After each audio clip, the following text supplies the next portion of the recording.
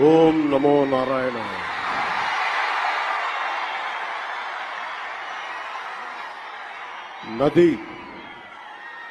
నది ప్రజల్ని వెళ్ళిపోలేదు. నది ప్రజల్ని విడిచిపోలేదు. భాష దేశాన్ని దాటిపోలేదు. నేను మన నేలని విడిచి పారిపోలేదు.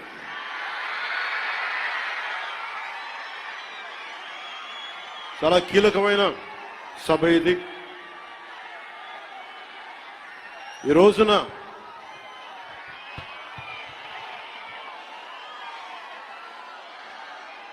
ఈ స్పీచ్ లో, ఈ వారాహి సభలో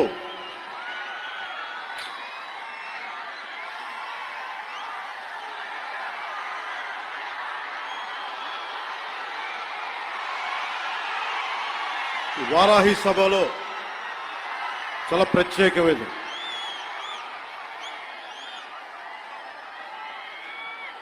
100 రోజులు దాటింది. ఎన్డీఏ ప్రభుత్వం ఏర్పాటై ఆంధ్రప్రదేశ్లో ఈ 100 రోజులు ఎప్పుడు రోడ్ల మీదకి రాలా.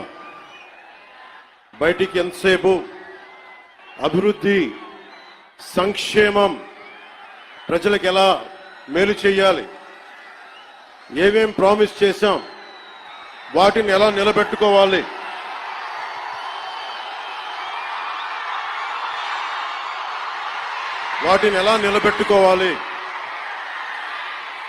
ఆర్థిక వ్యవస్థ దెబ్బతింది, దాన్ని ఎలా నిలబెట్టాలి. గౌరవ ముఖ్యమంత్రి శ్రీ చంద్రబాబు నాయుడు గారు కానీ, కేబినెట్ కానీ, ఎన్డీఏ ఎమ్మెల్యేలు కానీ, జనసేన కానీ అందరం ఒకటే ఆలోచిస్తా ఉన్నాం. రాష్ట్ర అభివృద్ధి ఎలా ముందుకు తీసుకెళ్లాలి అని.